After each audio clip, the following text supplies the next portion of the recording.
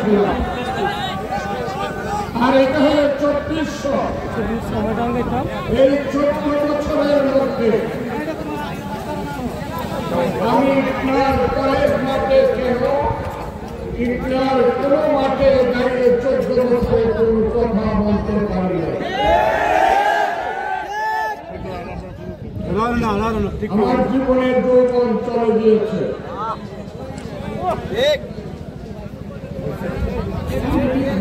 কাটিয়েছি, আমি কারাগারে কাটিয়েছি। 14 বছর পরে এই মাঠে দাঁড়িয়েছি। আমি আমার কর্মীদেরকে নির্দেশ দিচ্ছি, আমি যতক্ষণ বক্তব্য রাখবো তোমাদের মুখ চুপ থাকবে। যার মুখ চুপ থাকবে না সে আমার কর্মী হতে পারবে না। আমি জনগণের পায়ে হাত দিয়ে বলছি, আপনারা আল্লাহর পরেই, আল্লাহ রসুলের পরে আমার মাতার তাজ, আপনারা দয়া করে আপনাদের সন্তানের কিছু কথা শুনেন। আমি কবে মরে যাব জানি না, আমার বয়স আমি কিছু কথা বলব। আমি মন্ত্রিত্ব চাই না, প্রধানমন্ত্রিত্ব চাই না, রাষ্ট্রপতি হতে চাই না, এমপি আমার জীবনে কিছু না, এগুলো কোনো ব্যাপার নয়। বাংলাদেশে যারা এখন বাংলাদেশ চালায়, যাদের চিন্তায় বাংলাদেশ চলে, যাদের কোথায় বাংলাদেশ চলে, যারা আগের রাতে কথা বললে পরের দিন সেখানে সেই কথা প্রতিষ্ঠিত হয়, ওই সব ভাগ্যবান লোকদের আমি একজন। কি হয় মন্ত্রী প্রধানমন্ত্রী হইলে পরে রাষ্ট্র কি হয়?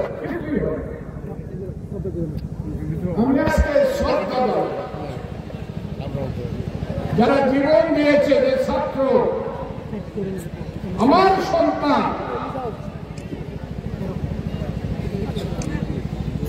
আমি বলি দ্বিতীয় প্রজন্মের মুক্তিযোদ্ধা, এটা দ্বিতীয় মুক্তিযুদ্ধ। আমি যখন সিলেটে এখন থেকে 2-1.5 বছর আগে বলছি, এখন সবাই বলে এটা দ্বিতীয় প্রজন্মের মুক্তিযুদ্ধ।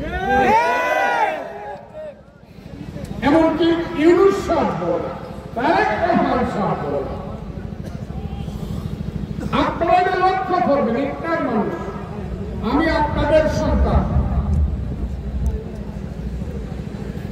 আমার বাবা হাল চাষ করে আমাকে লেখাপড়া করেছে, আমি আপনাদের পরিবারের, সবার পরিবারের সন্তান।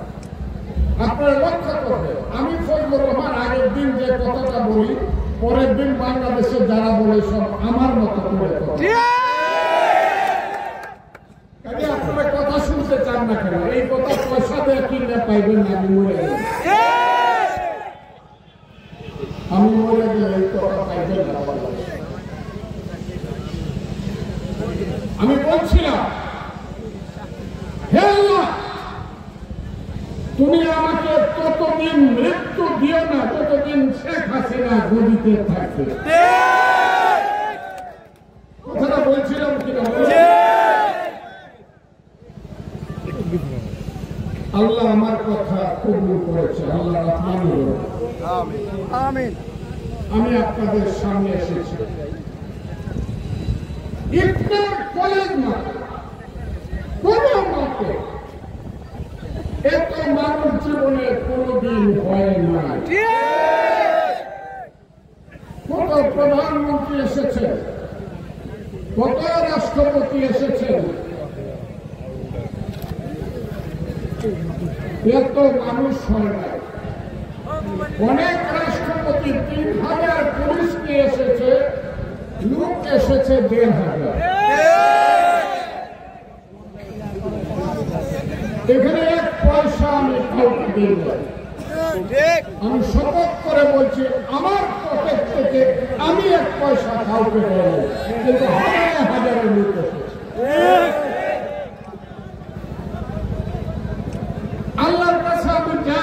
চেয়েছিলাম, আমি তা পেয়েছি। ওই 11 বছর কথা বলতে পারি নাই, আমি শুধু মনে মনে স্বপ্ন দেখতাম, হে আল্লাহ, এমন দিন কি আসবেন আমার মৃত্যুর আগে যে আমি ইন্টার কলেজ মাঠে দাঁড়িয়ে আমার মানুষের সামনে আমি একটা কথা বলতে পারি, আল্লাহ তুমি আমাকে দিবে না? আল্লাহ কি দিছে এই দিনটা? স্বপ্ন দেখেছি দেশ যদি স্বাধীন হয়, পাঞ্জাবি চলে যাবে, বাংলা বাংলাদেশে ভূগোল করে স্বাধীনতার রক্তিম সূর্য উঠবে। সেই স্বাধীন দেশে বাংলার মানুষ গণতন্ত্র পাবে, পেটের ভাত পাবে, পণ্যের কাপড় পাবে, গরিব মানুষের সন্তানের হাতে বই আসবে, লেখাপড়া করে পাস দিয়ে পাস করে একটা চাকরিতে বৃদ্ধ বাবার মুখে ভাত দিতে পারবে, মানব অধিকার আসবে, সব মানুষ নিজেকে সমান মনে করবে। একজন রিক্সাওয়ালা যেমন, একজন প্রধানমন্ত্রী তেমন, প্রত্যেকের অধিকার হবে সমান। ধর্মে ধর্মে কোনো বিভেদ থাকবে না। হিন্দু নয় ওরা মুসলিম, জিজ্ঞাসা কোনজন কান্ডারি বলে ডুবিছে মানুষ, সন্তান পর এই দেশ হবে অসাম্প্রদায়িক দেশ হবে। মুসলমান মসজিদে গিয়ে নামাজ পড়বে, হিন্দু মন্দিরে যাবে, কেউ কাউকে বাধা দেবে না।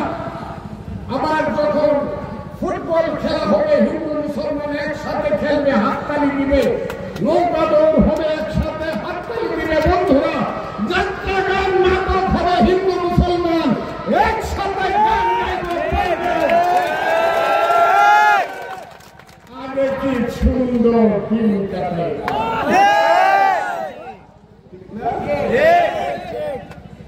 গানের নৌজওয়ান হিন্দু মুসলমান মিলিয়া যাত্রা গানার ভাটিরাম গাইতাম, আগে কি সুন্দর দিন কাটে। সেই হলো হিন্দু মুসলমান। এর সাম্প্রদায়িকতা হবে না। ওই দেশটার স্বপ্ন দেখেছে, স্বপ্ন দেখে আমি যুদ্ধ করেছি। কত লোক মারা গিয়েছিল, 30 লক্ষ 2 লক্ষ মামুনি যোগ দিয়েছিল। সোনার বাংলা পুরে ছাড়খার হয়েছিল। আমি এসেছিলাম তখন আমার বয়স ছিল 23 বছর। আমি কিশোরগঞ্জের মুক্তিযোদ্ধা বিএসএফ কমান্ডার ছিলাম। ওই দিনটা থানা দেখছেন, আমি নভেম্বর, ডিসেম্বর, জানুয়ারি মাস পর্যন্ত এই থানায় থাকতাম। ওসি ছিল না, পুলিশ ছিল না। থানায় লম্বা ঘটনার মধ্যে আমি ঘুমাইতাম, আরো বন্ধুরা ঘুমাইত। শত শত মুক্তিযোদ্ধা আমার সঙ্গে ছিল, জীবন দিছে, যৌবন দিছে, কিন্তু মানুষের স্বপ্ন পূর্ণ হয় না। বন্ধুরা, সেই যে স্বপ্ন, পেটের ভাত, পরনের কাপড়, মানুষের মতো জীবন, গণতান্ত্রিক অধিকার, সেটা পূরণ হয় না। হয় নাই বলে আমি ফজলুর রহমান বেঁচে আছি, আল্লাহ আমাকে বাঁচায়।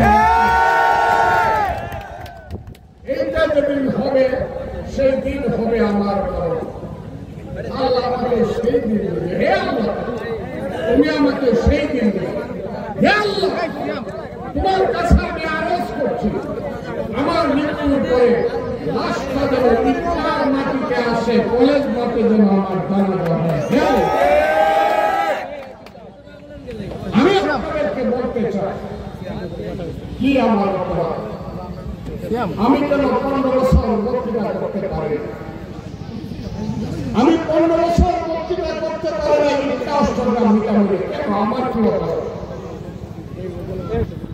বলুন তো দেখি, আমার কাছে একটা লোক যদি বলতে পারেন আমি 3টা ইলেকশন করছি এলাকাতে, 1 টাকা পান।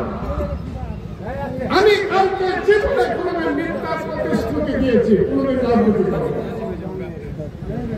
আমার কি অপরাধ? আমাকে কেন 15 বছর বক্তৃতা করতে দেওয়া হবে? আমার কি অপরাধ? আমি আজ থেকে 28 বছর আগে এই এসেছিলাম। আমার জীবনের সমস্ত অ্যাকাউন্ট হাসিনার ব্যাংকে রেখে ছিলাম।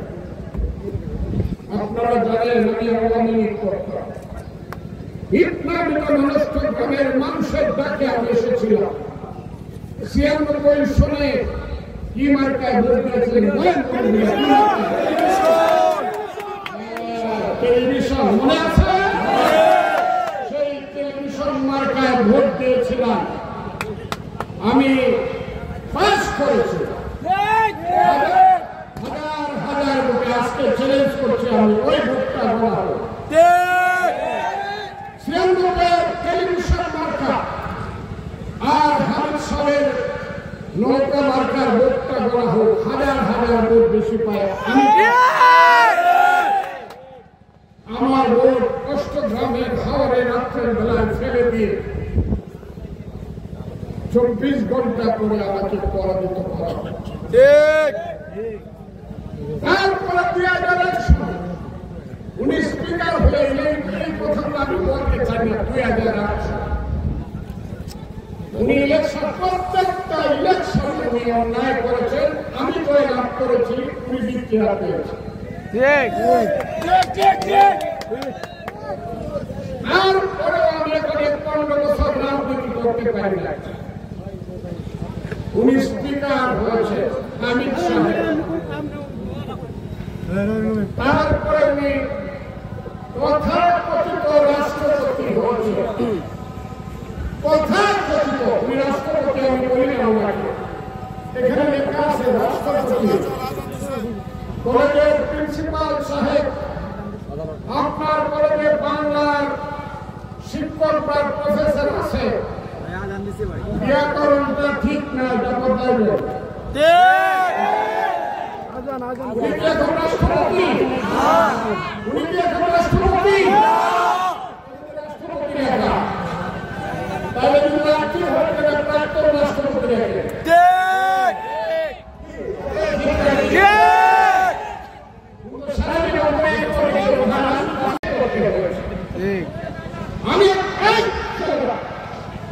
আমি একটা উদাহরণ দেই। মোদি নামটা শুনছেন? মোদি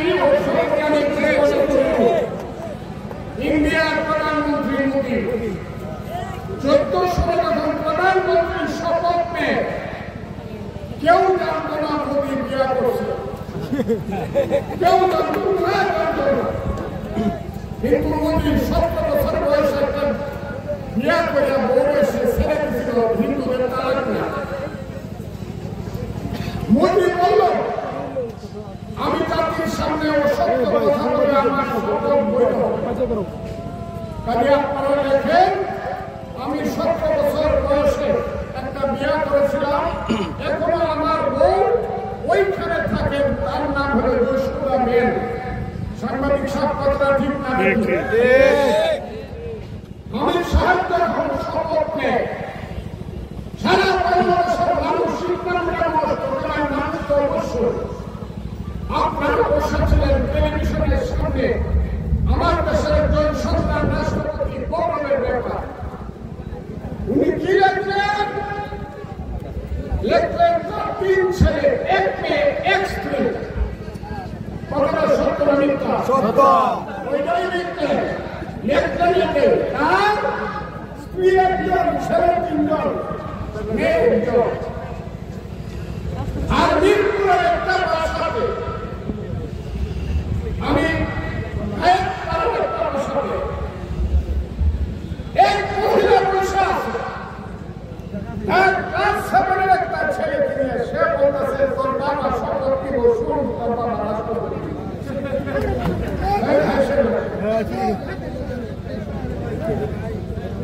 কিন্তু যখন টেলিভিশন খুলে শপথ নিয়ে, তখন টেলিভিশনের সঞ্চালক বলতে শুরু করলো উনার 3 ছেলে, 1 মেয়ে, 1 স্ত্রী। তখন ওই ছেলেটা মিরপুরে সুরস্কারের বসায় বসেছিল। সেই ছেলেটা ক্লাস 7-এ পড়ে কাঁদতে কাঁদতে মায়ের জিজ্ঞাসা করলো, মা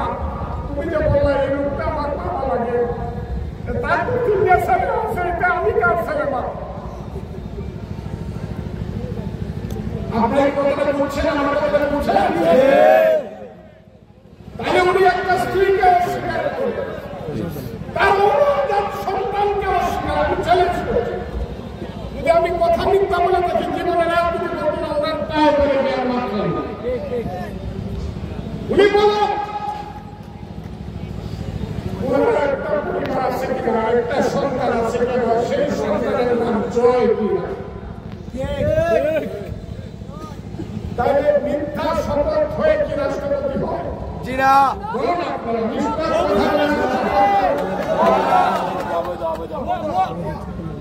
আমি আজকে বললাম, আমি ফখরুর রহমান, আমি চ্যালেঞ্জ করলাম, আমি বাংলাদেশের সিনিয়র উকিল, দিন আসবে, মানুষ জিজ্ঞাসা করবে আব্দুল হামিদ 2013 সালে শপথ নিয়েছিল 3 ছেলে, 1 স্ত্রী, 1 মেয়ে, কিন্তু সত্য ছেলে যদি সত্য না হয় তার শপথ অবৈধ ছিল, আর শপথ অবৈধ হলে পরে রাষ্ট্রপতি অবৈধ। প্রিন্সিপাল সাহেবরা শুনতেছেন, প্রফেসর সাহেবরা শুনতেছেন, এখানে বসা প্রিন্সিপাল তিনি বলেন, প্রফেসর তিনি বলেন, বিল্ডিং এ হয়েছে 96 সালে যখন কলেজ হয়, হামিদ সাহেব কয় টাকা দিয়েছিল, কি নাম ছিল ইটনা মহাবিদ্যালয়। ইটনা মানে শুনেন, ওই মহাবিদ্যালয়ে, এই মহাবিদ্যালয়ে আমার 3 লাখ টাকা আছে। আমি আপনারা বলছি, আব্দুল হামিদ সাহেব আমার 3 লাখ টাকা আছে, ইটনার দেওয়ান আব্দুর রহিমের 1 লাখ টাকা আছে। বলবেন আপনি 3 লাখ টাকা হামিদ সাহেব দিচ্ছেন, কলেজ করার তারা আমি দেখতে পারি না, কিন্তু কলেজ হবে সেই কারণে 3 লাখ টাকা দিচ্ছি। কোন টাকা? আমি সর্বমুখী করবেন না, যুদ্ধ করছি আমি, ওই যুদ্ধ করে আমি আটকালের যুদ্ধে স্টিমার বসলাম, সেই স্টিমারের অনেকগুলো টাকা আমি ব্যাংকে রাখছিলাম, 3 লাখ টাকা। কলেজ যখন হয় সেই টাকা তুলে আমি কলেজে গেছিলাম, প্রিন্সিপাল সাহেব খাতা খুলে রাখেন।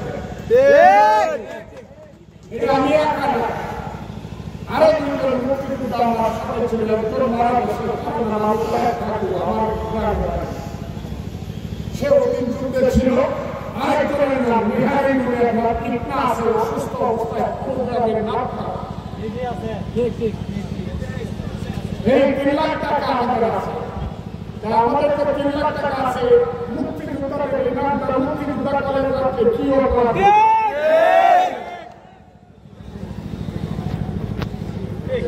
মুখের নাম কোথায় আছে না আছে, কি করবেন আপনারা বুঝেন, কিন্তু এই সব নাম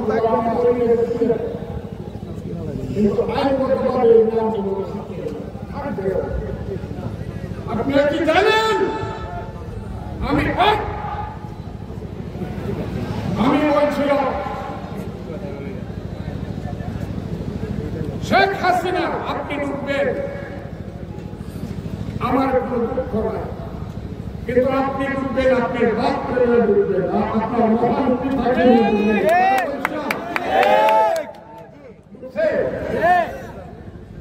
বলছিলাম শেখ হাসিনা আপনি 75 বছরে ভালোর মন্ডলে নিয়ে একটা রাজনৈতিক দল আওয়ামী লীগকে নিয়ে ঢুকবেন, ঠিক আছে? মুক্তিযুদ্ধকে আপনি কলঙ্কিত করবেন,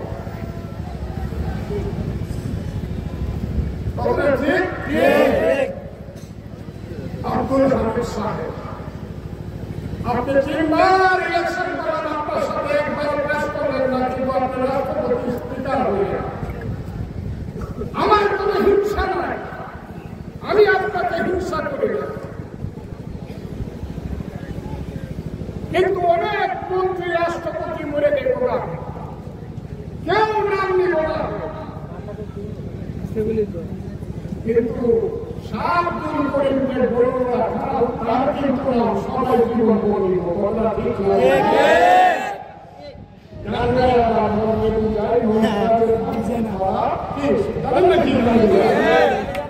আর কিছু চাই না বলে আমি হলাম 7 দিন করি। বাংলাদেশের রাজনীতি রাখালের নাম হল ফজলুর রহমান,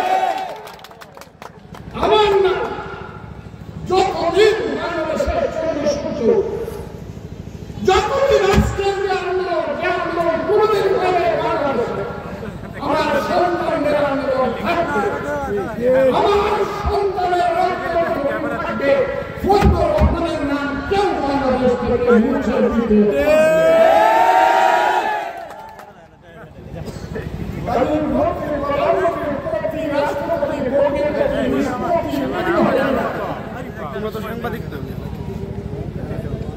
আমি কলেজের ব্যাপারে কথাটা বলে আপনারা চিন্তা করে দেখবেন, না হলে আরো চিন্তার পথ আছে আমার কাছে, এগুলো আমি করবো বা অন্যরা করবে, আর যাতে আমার চলতে না হয় ব্যাপার। ওনার এক সন্তান, ও আমারও সন্তান,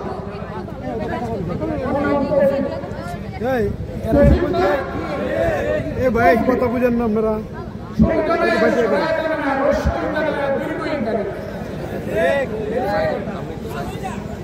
ওই ছেলেটা জিজ্ঞাসা করা হয়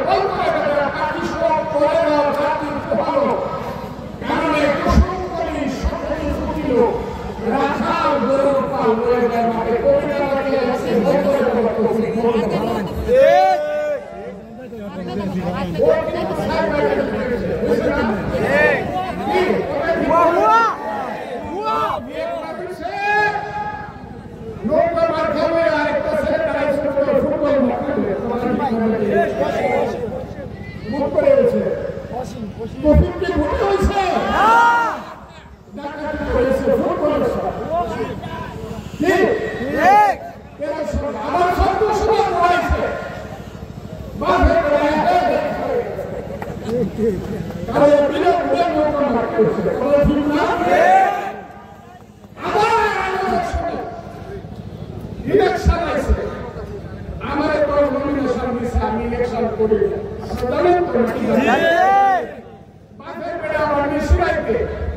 বিভিন্ন গ্রামে গরু দিয়া পুলিশ দিয়া সারেন্ডারিং করাইয়া পরে সিলমাসা গরু মাংস খাইছে, আর মানুষের পরে গান গাইছে নিশীতে জাতীয় ইলেকশনের বন্ধুরা, নিশীতে জাতীয় ইলেকশন জাতীয় ইলেকট্রিক বাতি লোকাল সিলমার বসাওয়াতি কমকতা পুলিশের সঙ্গে বন্ধুরা নিশীতে জাতীয় ইলেকশন। আবার সুরের মেলা করাইতে এই ইন্টাকে মিছিল করছে কোভিড বড় সুরের কতটুকু কিমান আছে আমি কথাটা বলছি এই বলছি আমি কামারগার বড় সুরের সরকারের যতটুকু কিমান আছে কতটুকু কিমান আওয়ামী লীগের নেতা দেন না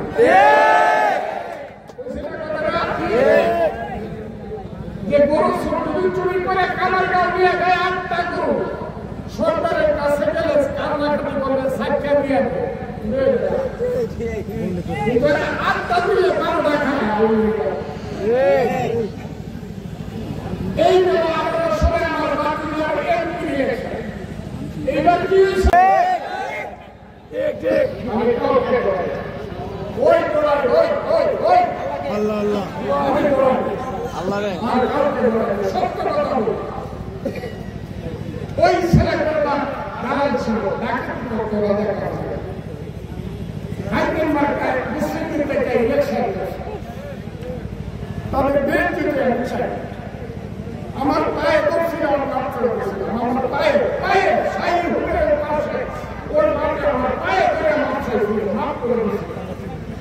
ওই ছেলেটা ওই কলেজের প্রিন্সিপাল ছিল, প্রিন্সিপাল ছিল কাজম কামরুল, ও আমার সন্তানের মতো। ও 3 বার উপজেলা চেয়ারম্যান, একবার কামালের সাথে বলতো সেই কামাল হাতুরা পুরো কামালের সাথে হাত করে একটা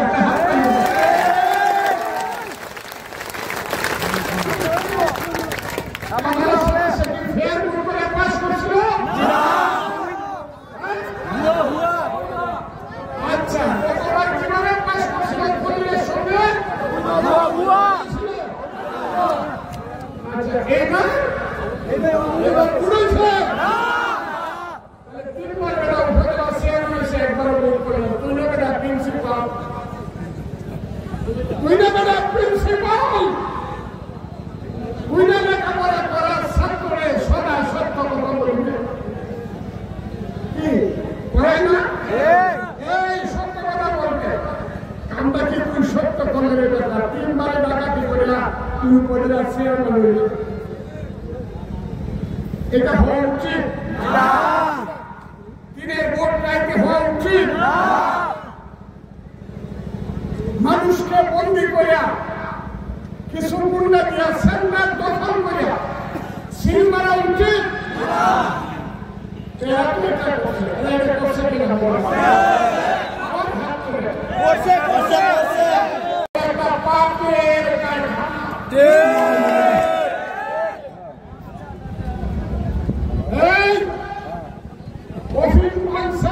সমর্থন করি না কিন্তু দ্বিতীয়বার বলছি যারা অফিস মানছে করার পাক সমস্যা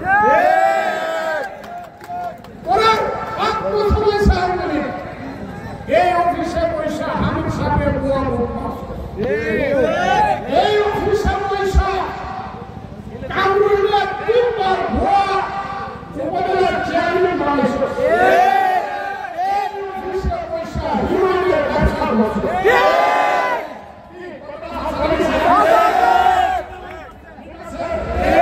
গাঞ্জার ব্যবসা করছে সান্দাবাদী করছে স্টিমার যাইতে পারে না চান্দা করছে অফিসে বসে পাপে হয়ে গেছে তোরা পাপ কিছু মুক্ত হইব বানায় রয়েছে আবার বানায় রয়েছে মানুষের সমর্থন করে ভিন্ন হাতে সেটা বানায় রয়েছে তোরা পাপ মুক্ত হয়েছে আপনারা সমর্থন করে কথা এই অফিসটাতে কোনো ভালো কাজ হয় এই অফিসটা থেকে একজন মুক্তিযোদ্ধা কমান্ডারকে লাঠি মেরে সরায় দিয়ে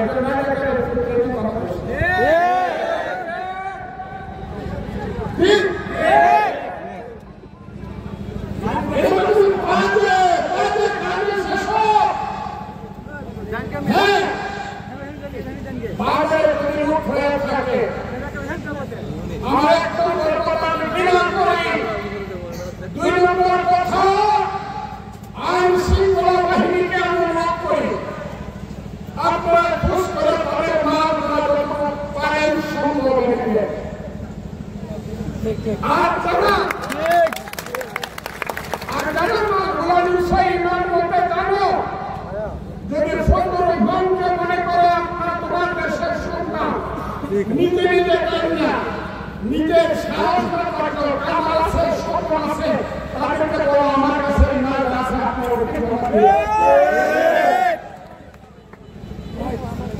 আরেকটা কথা আমি বলি অনেকে বলে হিন্দুদের নাম করছেন হিন্দুদের মন্দির অনেকে নাকি একটা নাকি ভাঙা গেছে অনেকে আমার কাছে বলছে এই কথা শোনার আগে আমার মৃত্যু হওয়া উচিত ছিল আমি আপনার আল্লাহর দোয়াই দিই আমার ধর্ম কিন্তু বলে না হিন্দুর মন্দির ভাঙবে আমার ধর্ম কিন্তু বলে লাখুন দিন হুকুম বলে আল্লাহ দোয়াই লাগে হিন্দুদের মন্দির বা তাদের উপাসনায় আপনারা মানবেন না হাত তুলে শপথ করেন তো আমার সঙ্গে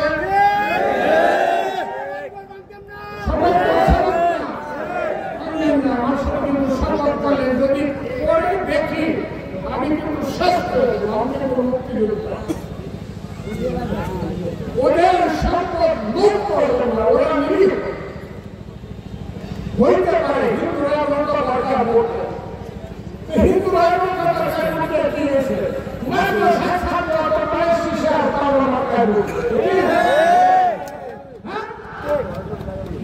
হিন্দুরা আমার মাত্র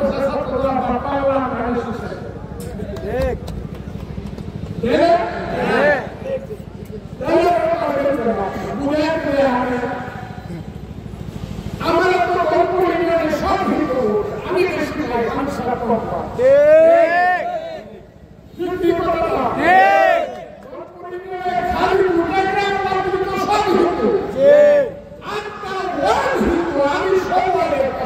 আমি সবাই হিন্দু সন্তানের শিশু নৌকা ঢুকে আপনারা কেন্দ্র বুঝাইতে পারলে যারা শিশু তারা ওই জামাত ইসলামের নামে এদিন গেছে ঢাকার সবচেয়ে বড় মন্দির ঢাকেশ্বরী মন্দিরে যে বছর বড় নাম্বার পাহাড় শিবিরের ছেলেরা এখন ঢাকেশ্বরী মন্দির পাহাড় কাজে এই সব কাজ করবেন না। এদের উপরে যাতে কোনো আঘাত না আসে তাই কিন্তু পক্ষরানি ঢাকার থেকে চলে আসে কঠিন বিচার করবে।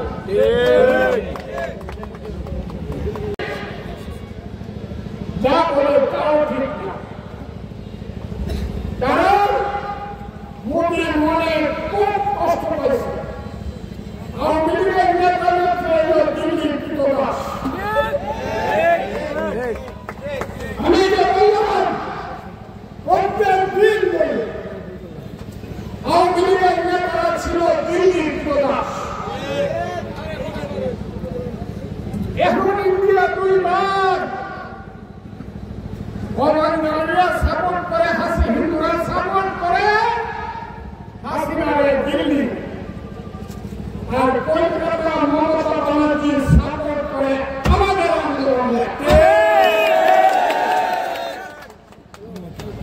পশ্চিমবাংলার মমতা ব্যানার্জি মুখ্যমন্ত্রী উনি বলছে, কি বলছে, বাংলার কোন সন্তান বিপদে পড়ে হাসিনার গুলি খেয়ে যদি রাত্রে আমার দরজায় টোকা দেয় সেই দরজায় আমি খুলে দেব।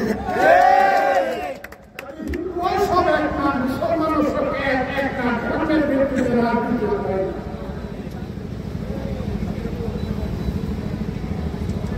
আমি আপনাদের কাছকে বলতে চাই,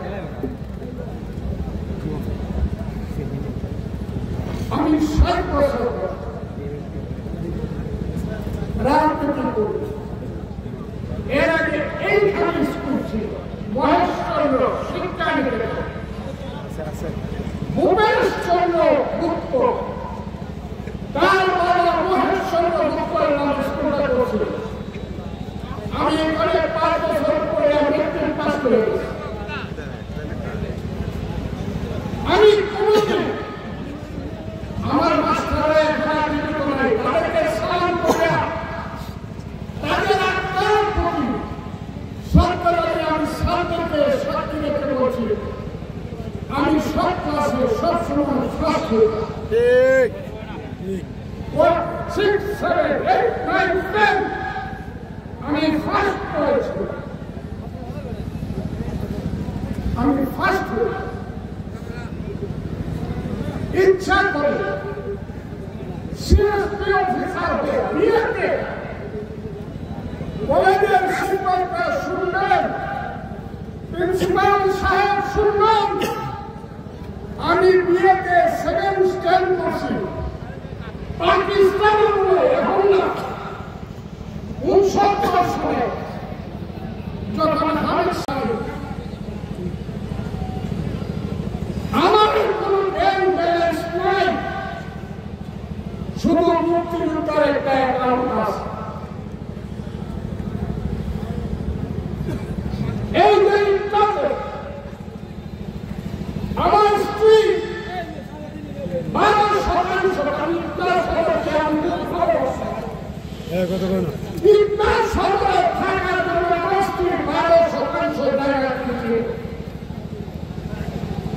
ডিউটি করতেছে, রাস্তা পরিষ্কার করতেছে, ব্যাংক পরিষ্কার করতেছে। এরাই তো আমার ছেলে, আমার মা, আমার মা। আমি যখন পারি নাই প্রথম মুক্তিযুদ্ধে ফেল করছি, আমার সন্তান 3য় মুক্তিযুদ্ধে তার পরিণাম পেয়েছে। তারপরেও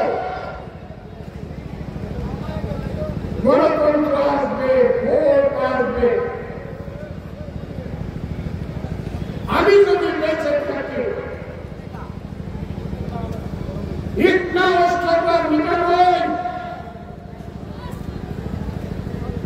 আপনাদের সমস্ত মানুষের বিবেকের দুয়ারে আমি ভান্ডার তৈরি করি।